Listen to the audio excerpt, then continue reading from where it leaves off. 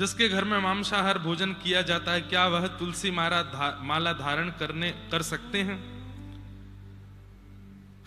कर तो सकते हैं, पर थोड़ा ध्यान रखा जाए शुद्धि का। अगर रोज ही बनता है, बहुत ज्यादा ही है, तो फिर प्रयास करें कि जब तक घर में शांति ना हो जाए, घर कब्रिस्तान से पुनः भक्ति स्थान ना बन जाए, तब तक नहीं पहननी चाहिए। कब्रिस्तान कुछ गलत बोला मैंने? जहां पर मुर्दे गाड़े जाते हो उसको कब्रिस्तान कहते हैं। उससे भी बुरे वो घर जहां मुर्दे जला के खा जाए जाते हो। मरे हुओं को ही तो खाया जाता है। भक्ति की परिभाषा किसमें निहित होती है? विश्वास, भजन, पूजा पाठ, कर्तव्य प्रधानता। विश्वास। आपने जो बाकी के 3 लिखे हैं, भजन, पूजा पाठ और कर्तव्य प्रधानता, अगर विश्वास नहीं होगी तो ये 3 बनेंगे ही नहीं। विश्वास से ही इन तीनों की पूर्ति होगी। अनन्यता कैसे प्राप्त हो? घर के विग्रह जी, फैक्ट्री और दुकान के विग्रह जी कैसे समझें? सबसे पहले तो विग्रह शब्द भूल जाइए। साक्षात लाल जी हैं, साक्षात ठाकुर जी हैं। विग्रह शब्द नहीं बोलना है। विग्रह कहकर के आप संकेत कर रहे हो कि आपके ठाकुर जी जो हैं वो पाषाण हैं, वो निर्जीव हैं। इसलिए विग्रह शब्द का प्रयोग मत कीजिए। आधी अनन्यता तो यहीं से शुरू हो जाएगी। फिर रही बात घर के, फैक्ट्री के, दुकान के, सब जगह के अलग अलग ठाकुर जी हैं, क्या भाव रखें, कैसे एक रस माने? एक रस मानने में कोई दिक्कत नहीं है। हमारे लाल जी यहां विराजते हैं, लेकिन चित्रपट में यदि कहीं किसी वैष्णव के घर में होते हैं तो वहां देख करके भी हम यही भाव रखते हैं कि वाह लाल जी हमसे पहले पहुंच गए, यहां पे बड़ी जल्दी आए हो। अच्छा, गरुड़ के वाहन पर चलते हैं ना, मन से भी तेज चलता है। तो एक बुद्धि रखनी पड़ेगी कि एक ही हमारे लाला हैं, वही चित्रपट के रूप में सब जगह विराजमान। घर पर तो सब सेवा हो जाती है, परंतु अन्य जगह कैसे सेवा करें? इसमें यही भाव है कि घर के ठाकुर जी तो आप पूर्ण रूप से, भाव रूप से सेवा वाले ही रखो। बाकी जगह ठाकुर जी के प्रतिनिधि चित्र स्वरूप विराजमान कर दो और इस भाव से सेवा। अगर वहां पर भी स्वरूप विराज रहे हैं ठाकुर जी के, तो वहां किसी को नियुक्त करो। अब फैक्ट्री और दुकान कह रहे हो, इतना खर्चा तो आप पे होगा ही कि कोई ब्राह्मण देवता को आप सेवा में लगा सको, जो वहां आपके द्वारा सेवा कर दिया करें। बाकी अनन्यता विश्वास से प्रकट होती है। न अन्य इति अनन्य, अपने एक के अलावा किसी अन्य में बुद्धि ना जाना, इसी को अनन्यता कहते हैं, और वो विश्वास से ही आती है। मेरे तो गिरधर गोपाल, दूसरो ना कोई, मेरे तो गिरधर गोपाल, दूसरो ना कोई। जाके सिर मोर मुकुट, मेरो पति सोई, मेरे तो गिरधर गोपाल। मीराबाई की कैसी अनन्यता! इसी को अनन्य भाव कहते हैं। और वो विश्वास से प्रकट होगा। विश्वास कैसे प्रकट होगा? सत्संग से प्रकट होगा, हरिजनों के संग से प्रकट होगा, कथा श्रवण से प्रकट होगा, और कई बार जीवन में आई घटना और उस घटना के समय पर किया गया कीर्तन और उस कीर्तन से नष्ट हुई वो घटना विश्वास को प्रकट करती है। पर घटना की प्रतीक्षा क्यों करो, पहले से ही विश्वास रखो। दूसरा भाव, भगवान अपने भक्त का अपनी ओर कैसे खींचते हैं, उसके योग्य गुणों को, स्वभाव को देख के। रूप, अष्टसखा गाते हैं, प्रीतम प्रीत ही सो पई है, यद्यपि रूप गुणशील सुधरता, इन बातन न रिझई हैं, प्रीतम प्रीत ही सो पई है। आपके चित्त का व्यवहार कैसा है, आपके अंदर प्रीति कैसी है, आपके अंदर प्रेम कितना है, आपके अंदर धन्यता कितनी है, आप सरल कितने हो, आपका स्वभाव मधुर कितना है, उससे ठाकुर जी रीझते हैं। अपने जीवन में होने वाली गतिविधियों पर आप क्या निर्णय लेते हो, उससे ठाकुर जी रीझते हैं। ये जो जीवन में कई बार संकट आते हैं ना, ये ठाकुर जी भेजते हैं जानबूझ के, देखूं तो सही कहां निर्णय लेगो।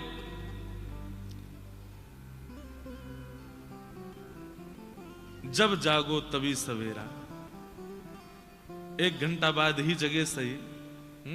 तानपुरा को लेके, लेकिन बढ़िया है, ध्यान से सुनो। क्या बता रहा था मैं?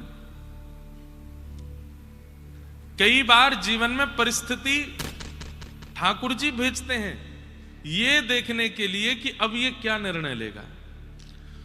अब द्रौपदी जैसी परिस्थिति भगवान किसी को ना दें। निर्दोष 5 बालकों को मार दिया अश्वत्थामा ने, और द्रौपदी रो रही है, बिलक रही है कि मेरे निर्दोष बालक मार दिए। भगवान कृष्ण की बहन है, ठाकुर जी बहन कहकर के द्रौपदी को बुलाते हैं, उसके 5 निर्दोष बालकों को मार दिया। उनके शव पड़े हैं सामने, और उसी समय अर्जुन अश्वत्थामा को बांध करके, हाथ पैर बांध करके सामने लेकर के आता है, इसने मारा है 5 बालकों को।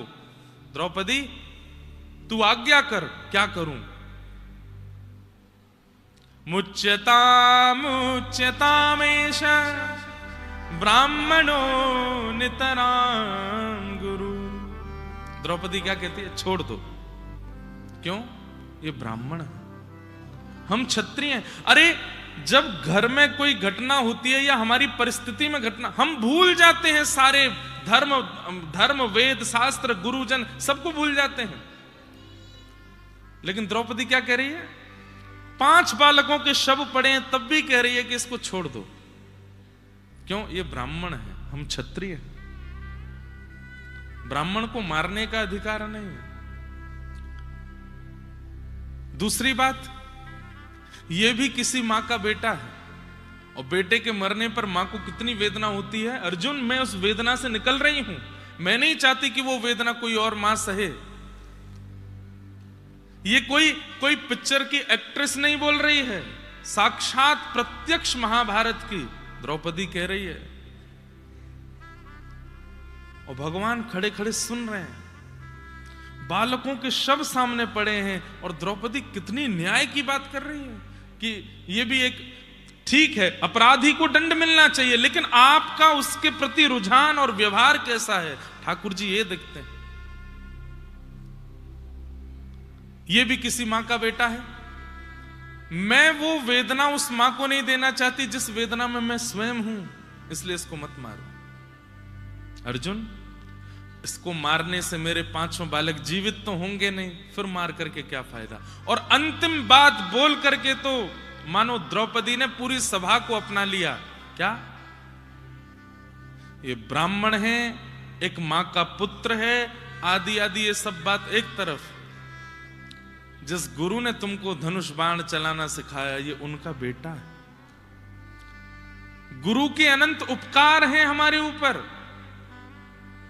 जिन गुरु की कृपा से अर्जुन तुम गांडीव धनुष उठा पाते हो, प्रत्यंचा चढ़ा पाते हो, उन गुरु का ये पुत्र है। क्या गुरु ऋण से तुमको भय नहीं लगता? गुरु का कर्जा है हमारे ऊपर कि उन्होंने हमें इस योग्य बनाया। कम से कम उस कर्जे को ऐसे चुकाओ कि उनके पुत्र का सम्मान करो, उसको मारो मत। बाकी सब तो शांत खड़े हैं, लेकिन दूर खड़े श्याम सुंदर के नेत्रों से आंसू गिर रहे हैं। और भगवान ने अपना नाम दे दिया द्रौपदी को, निरीक्ष कृष्णापकृतम गुरु सुतम। वहां वर्णन है, द्रौपदी ने गुरुपुत्र को देखा ना, कृष्णा अपने गुरुपुत्र को देख रही है। भगवान ने नाम रखा, मेरा नाम कृष्ण, और द्रौपदी का नाम कृष्णा। इससे खिंचे चले आते हैं ठाकुर जी। आपका व्यवहार कैसा है, आपके विचार कैसे हैं, आपके निर्णय कैसे हैं। कई लोग निर्णय लेने में बहुत जल्दी और बहुत बेबाक होकर के कुछ भी कह देते हैं, निर्णय ले लेते हैं। ठाकुर जी विचलित हो जाते हैं। अपने सुख का विचार करके निर्णय ले लेते हैं, अपनों के सुख का विचार करके निर्णय ले लेते हैं। नहीं, इन सब परिस्थितियों से ठाकुर जी खिंचते हैं। आपका व्यवहार, विचार, स्वभाव, इनको सुंदर बनाओ। लेकिन व्यवहार तो सुंदर बनाते नहीं, विचार सुंदर बनाते नहीं, मुंह पे लगाते रहते हैं कुछ ना कुछ। बाल सुंदर बनाओ, मुंह सुंदर बनाओ, आंखें ऐसी होनी चाहिए, नाक ऐसी होनी चाहिए। प्रियतम प्रीत ही सो पई है, यद्यपि रूप गुणशील सुधरता, इन बातन न रिझई है। तो कैसे खिंचे चले आते हैं, अपनी ओर कैसे खींचते हैं, बस इतना ही समझ लो, आगे का पता नहीं, समझ नहीं आया। हमारा आपसे एक प्रश्न है। आप बता रहे थे कि सूरदास महाराज नेत्र बंद करके ठाकुर जी की लीला का अनुभव करते थे, पर जब मैं अपने नेत्र बंद करता हूं तो वो कुछ दिखाई नहीं देता। क्या इससे यह भाव है कि ठाकुर जी मेरे चित्त में नहीं है? और अगर लीला का दर्शन करना है तो कैसे करें? पहली बात, हम नेत्र बंद करते हैं, उसके बाद हमें जो दिखता है वो हमारे मन की वास्तविक स्थिति है, वो हमारी एक्चुअल स्थिति है कि मन कैसा है। इसलिए एकांत में बैठ के कभी कभी देखा करो क्या दिख रहा है। दूसरी बात, आपने कहा क्या मेरे चित्त में भगवान नहीं? ना, भगवान स्वयं गीता में कहते हैं ईश्वरः सर्वभूतानां हृदये सैर्जं तिष्ठति, मैं सबके हृदय में रहता हूं। तो फिर दिखते क्यों नहीं? सीधा सा अर्थ है कि भाई दर्पण लगा है, लेकिन दर्पण में आप जब खुद को देखने गए तो आप खुद को देख नहीं पा रहे हो। क्यों? क्योंकि दर्पण पर बहुत सारा मैल लगा है, धूल लगी है, छींटे लगे हैं, गोबर लगा है, ना जाने क्या क्या लगा। दर्पण तो है, लेकिन आप देख क्यों नहीं पा रहे हो? क्योंकि मलिन है। और उस दर्पण का चेतो दर्पण मार्जनम, अपने चित्त के दर्पण का मार्जन करो। मार्जन कैसे होता है? ये कथा ही मार्जन है। धीरे धीरे इससे मार्जन होता चला जाएगा। वो चित्त का दर्पण जब स्वच्छ हो जाएगा, स्पष्ट हो जाएगा, फिर उसमें जब देखोगे तो श्याम सुंदर दिखेंगे। सूरदास जी के चित्त का दर्पण पूर्ण स्वच्छ हो चुका है, तो बाहरी दृष्टि ना होते हुए भी उनको ठाकुर जी का अनुभव होता है। चित्त का दर्पण मैला है, इसलिए ठाकुर जी नहीं दिख रहे हैं। और वो कैसे दिखेगा? एक कथा आती है, समझाने का भाव है। एक गांव में कुआं था, नया कुआं बनवाया था गांव के लोगों ने, और नया कुआं बनवा करके उन सब लोगों ने योजना बनाई कि पहली बार इस कुएं का जल कोई संत पिएगा या फिर इस जल से कोई संत स्नान करेगा, उसके बाद हम गांव के लोग इसका प्रयोग करेंगे। एक महात्मा को बुलाया गया, महात्मा जी गए, बोले भैया कब जाना है कुएं में स्नान करने? बोले महाराज सब बढ़िया है, लेकिन हमारे कुएं में से दुर्गंध बहुत आ रही है, क्या करें? बोले अभी नया निकला है ना, थोड़ा उसका कम से कम 50-70 बाल्टी जल निकाल दो, उसके बाद स्वच्छ जल आ जाएगा। 50-70 बाल्टी जल निकाल दिया, फिर भी दुर्गंध नहीं गई।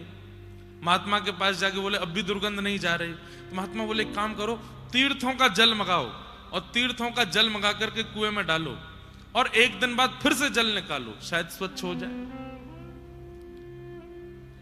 उसके बाद भी दुर्गंध नहीं गई। तीसरी योजना बनाई, उसमें चूना लगा दो, ये करो वो करो, जो जो योजना पानी को सुंदर स्वच्छ बनाने की सब कर ली। अंत में महात्मा बोले ये कुआं है कहां, मैं चलूं देखने? बोले चलो। महात्मा जब गए तो महात्मा गए तो थोड़ी पास आती दुर्गंध आ रही थी। भीतर झांक करके देखा तो उसमें 2 कुत्ते मरे पड़े थे। महात्मा बोले इनको क्यों नहीं निकाला तुमने? बोले आपने कहा ही नहीं कि इनको निकालो, आपने कहा जल निकालो, तीर्थों का जल डालो, इसमें ये कर दो, इसमें लिपाई पुताई करवा दो। अरे मूर्खों, पहले इनको तो निकालो। कहने का अभिप्राय समझे? हमारा मन कुआं है।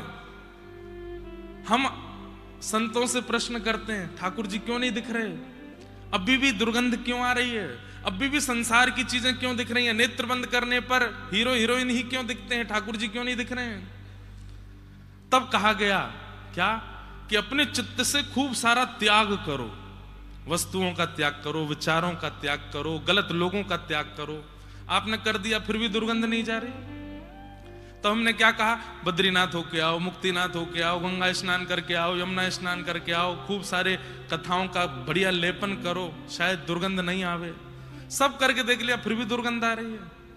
तब गुरुदेव ने चित्त में झांक के देखा तो अहमता और ममता, या फिर कहूं राग और द्वेष रूपी दो कुत्ते मरे पड़े थे भीतर। अरे इनको तो निकालो पहले, जब तक ये नहीं निकलेंगे कैसे मन में पवित्रता आवेगी। राग और द्वेष किसको कहते हैं? आपने मुझे माला पहना दी, अब आपसे बढ़िया कोई नहीं है, अब सब जगह मैं आपकी बड़ाई करता रहता हूं, अरे बहुत बढ़िया आदमी, अरे एक नंबर आदमी है, चार आदमी, अरे उसने इतना गलत किया, अरे कुछ भी किया हो, बहुत बढ़िया आदमी, मुझे माला पहनाता है। ये राग है। और द्वेष, चाहे 1000 लोग उसकी प्रशंसा कर दें पर मुझे तो उसमें अवगुण ही देखना है, नहीं नहीं ये तो ऐसा है, ये तो अभी मुक्तिनाथ में कथा थी तो मैंने वहां 4 व्यवहारों के विषय में बात करी थी। हम मानवों के चित्त में 4 व्यवहार होते हैं।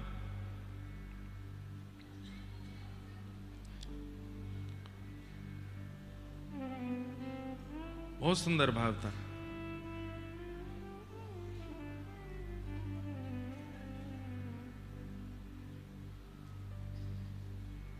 अभी मिलेगा नहीं तो कल सुनाएंगे, नहीं तो राग और द्वेष निकाल दिए तो क्या हो गया? पवित्रता हो गई। तो जैसे आप कह रहे हैं कि आपको नेत्र बंद करने पर ठाकुर जी नहीं दिखते हैं, इसका मतलब ठाकुर जी हैं नहीं, ऐसा नहीं है। ठाकुर जी तो हैं, पर ठाकुर जी के आगे बहुत कुछ रखा है जिसके कारण ठाकुर जी दिख नहीं रहे हैं। उनका मार्जन करना प्रारंभ करो, दिख जाएंगे, अनुभव हो जाएगा। और आप यदि कहो कैसे करूं, क्या करूं, आपसे बढ़िया आप कौन हो ये कोई नहीं जानता। व्यक्ति कैसा है ये केवल 2 लोग जानते हैं, लिख लीजिएगा। व्यक्ति कैसा है ये 2 लोग जानते हैं, पहले भगवान, दूसरा वो खुद। एनिवर्सरी मना रहे हैं, कितने साल हो गए? 30 साल हो गए साथ में, नहीं जानती पत्नी आपको। 50 साल हो गए, नहीं जानता पति आपको। बहुत सारे रहस्य हैं जो व्यक्ति अपने अंदर रख करके चला जाता है संसार से, किसी को नहीं बता के जाता। इसलिए 2 ही लोग जानते हैं आपको, एक तो भगवान और एक आप खुद। आपको पता है कि आपके अंदर कितनी कमियां हैं, कितनी गलतियां हैं, कितनी गड़बड़ियां हैं, कितने बुरे व्यवहार हैं, सबकी लिस्ट बनाओ।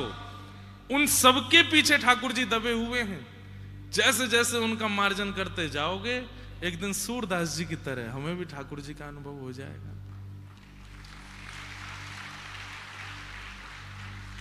करिए। अगर स्वप्न में दीक्षा मिल जाए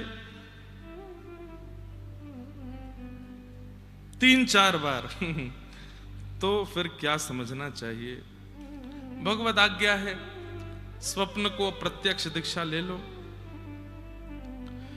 गुरुदेव आजकल मुझे हर व्यक्ति में दोष दिखाई देने लग गए हैं, जानते हुए भी कि मुझ में दोष कम नहीं है, और इसी वजह से अपराध बनता है और भक्ति नष्ट हो जाती है। इसका उपाय क्या है? और मुझ पर जो भी कृपा होती है मैं उसका प्रचार कर देती हूं, जो कि बहुत गलत है। आप कथा में कहते भी हैं रस बताने से प्रेम घटता है, और प्रचार करने के बाद मुझे बुरा भी लगता है। यही सब कारण की वजह से भक्ति नष्ट हो रही है। गुरुदेव क्या करें? और किसी वैष्णव पर यदि कृपा होती है तो मन में ईर्ष्या का भाव आता है। इस बात से बहुत पीड़ा होती है। ये पत्र तो एक ने लिख के भेजा है, पर 90% लोग ऐसे ही हैं। और किसी वैष्णव, हाँ, और एक आखिरी बात, यदि कोई वैष्णव या ब्रजवासी ही कुछ गलत कार्य, गलत बात या कुछ करे हमारे साथ, तो उसके प्रति कैसी बुद्धि रखनी चाहिए। इन सब पर ही तो हम बात करते रहते हैं पूरे दिन। सब में दोष दिखना, अपने आप में गुण दिखना, अपने ऊपर होने वाले अनुभवों का प्रचार कर देना, ये सब आप स्वीकार कर रहे हैं, यहां लिख करके मुझे बता रहे हैं, लेकिन आपके स्वयं साथ नहीं घट रहा है। इसका मतलब क्या है? नाम आश्रय उचित रूप से नहीं और आपका उद्देश्य भगवत प्राप्ति नहीं बना है। व्यक्ति का उद्देश्य यदि स्पष्ट हो जाता है ना कि मुझे ये प्राप्त करना है, तो उसे प्राप्त करने की जितनी योजनाएं होती हैं वो सब कर देता है।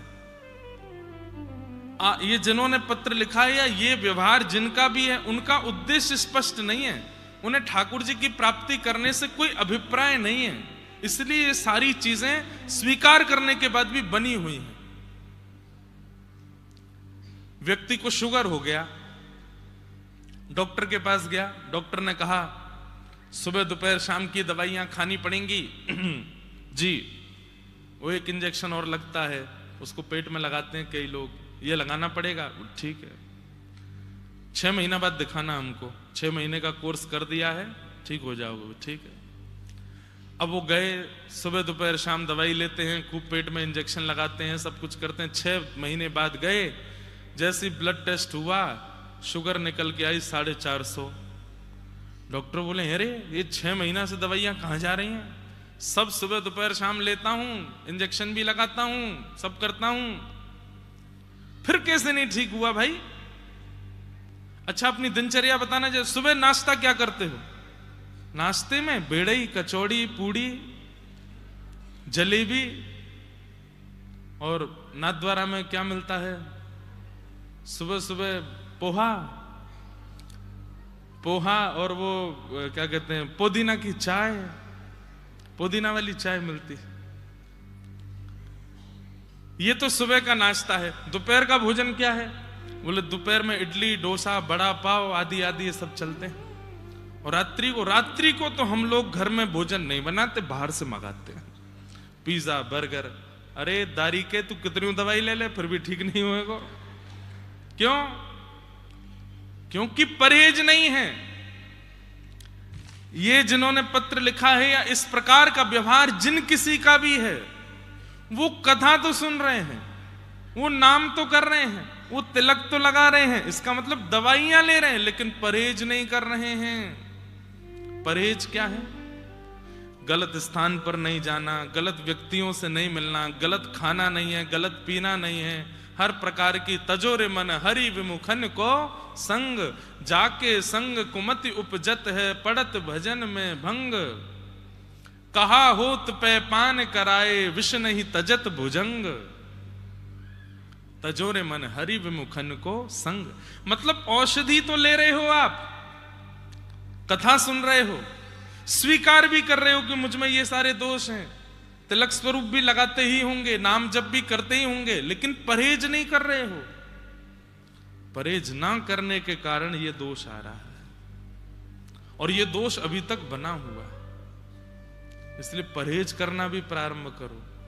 गलत स्थान पर नहीं जाना, गलत भोजन नहीं करना, गलत व्यक्ति का, और सबसे बड़ी बात, आप गलत स्थान पे भी नहीं जाते, भोजन भी गलत नहीं करते, लेकिन कोई एक व्यक्ति ऐसा आपसे जुड़ा हुआ है जो सारी गलतियां करता है, तो उसकी वजह से भी आप में दोष बचे रहते हैं। औषधि लेने के बाद भी रोग ना जावे, इसका मतलब आप कुछ तो ऐसा सेवन कर रहे हो जो आपके रोग को बनाए रखा है। इसलिए परहेज करो, दूषितताओं का त्याग करो। आदि आदि सब भाव हैं।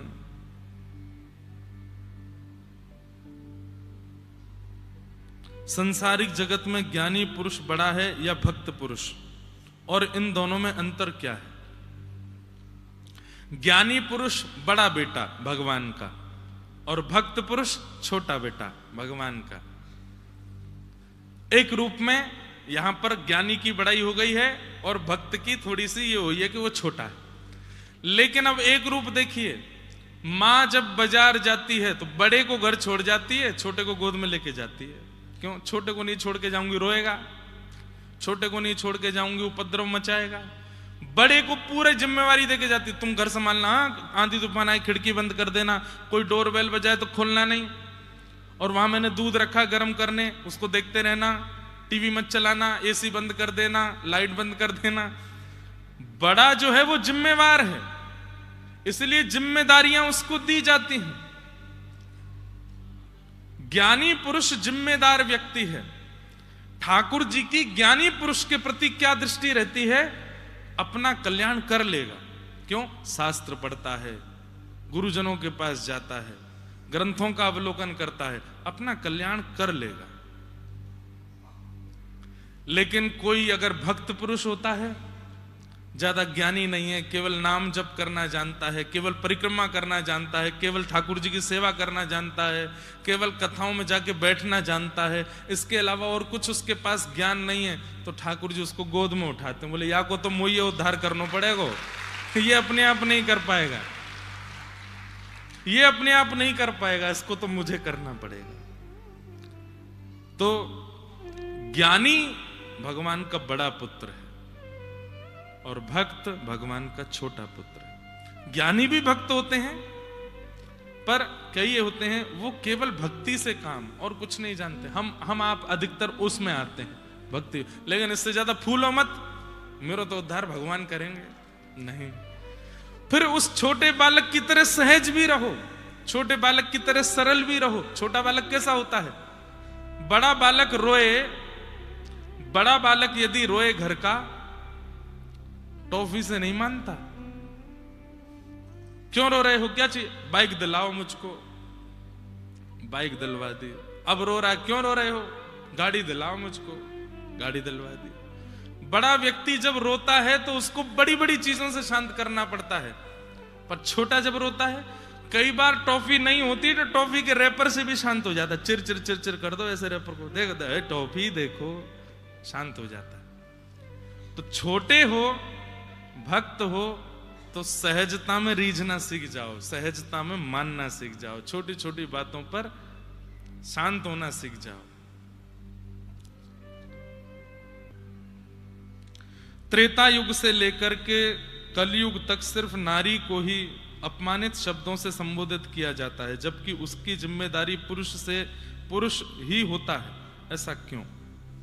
इस संसार का दुर्भाग्य है, इससे ज्यादा हम कुछ नहीं कहेंगे। ये दुर्भाग्य है कि यहां सबसे सरल जिस पर टिप्पणी करना होता हो उस पर करते हैं, जबकि ये नहीं होना चाहिए। मैं तो अपनी कथाओं में खूब खुल के बोलता हूं कि भाई आप नाम जप करते हो, तिलक करते हो, सब करते हो, लेकिन गाली माताएं बहनों की दी जाती है, कितनी गलत बात है।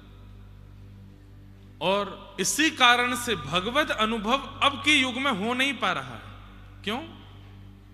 क्योंकि हम नारियों का सम्मान नहीं करते, और स्पष्ट कहते हैं शास्त्रों में, यत्र नार्यस्तु पूज्यन्ते, जहां नारियों का सम्मान है वहीं देवता रमण करते हैं।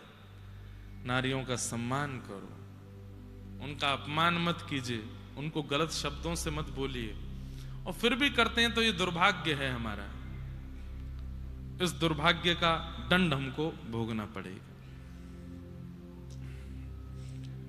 कल हम लोगों ने बड़े प्रेम और भाव से ठाकुर जी की मधुर कृष्ण जन्म की लीला का श्रवण किया, खूब आनंद कल यहां मनाया गया।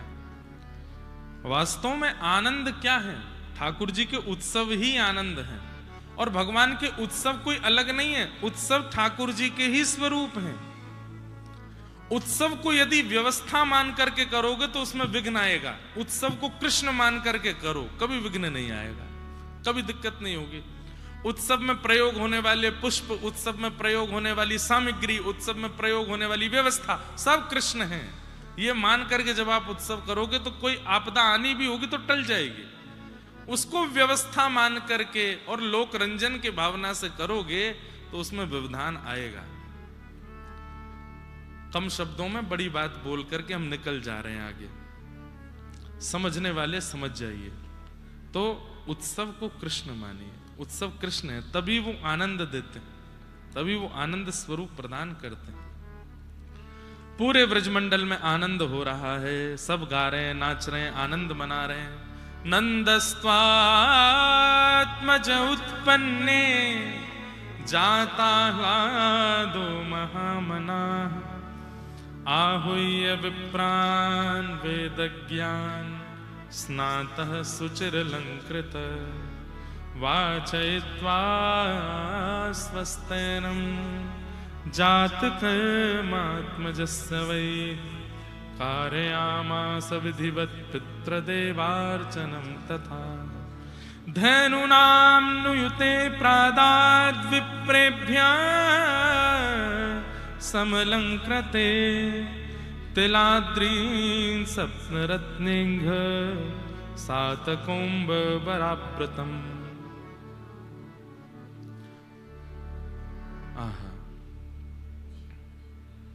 सात कुंभाम्बरावृतान, कितना सुंदर वर्णन यहां पर कर रहे हैं।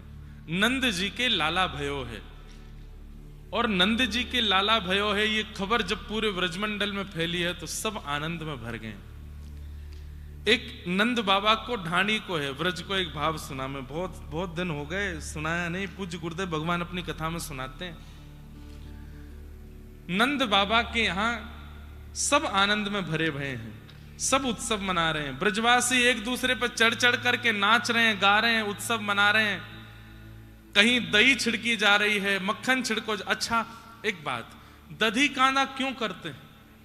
मैं इस बात का वैसे कई कथाओं में उल्लेख बता चुका हूं कि भाई ये इंस्टेंट उत्सव है, प्री प्रिपेयर्ड उत्सव नहीं है।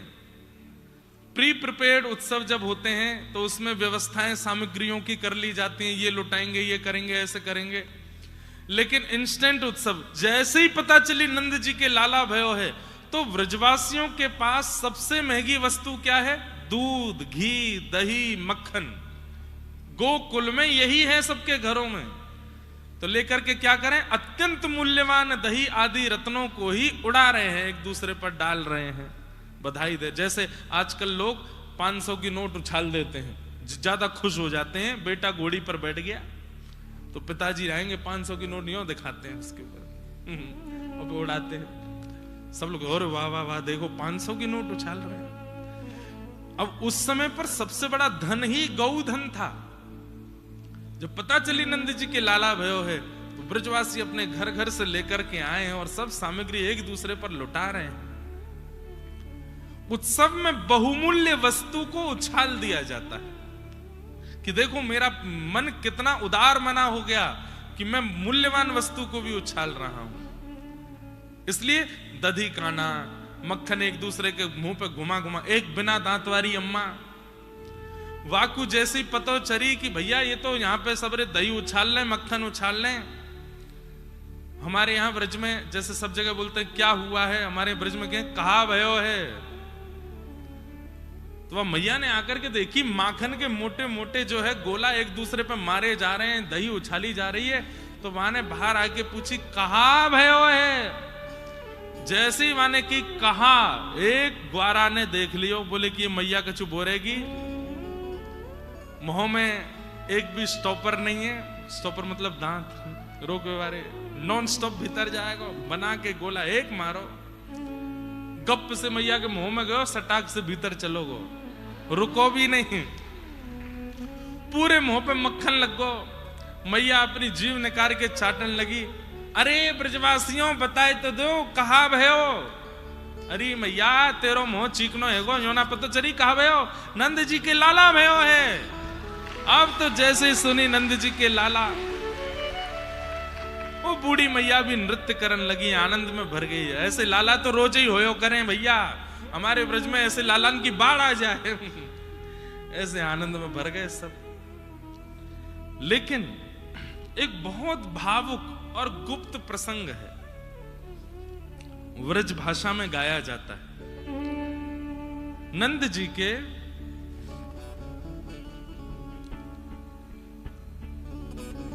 बोलो सदगुरुदेव भगवान की जय। ये भाव पूज्य गुरुदेव ही सुनाते हैं। गुरुदेव का आगमन भाव प्रारंभ से पूर्व ही हुआ है। उन्हीं की प्रसादी हम बांटते हैं सब जगह।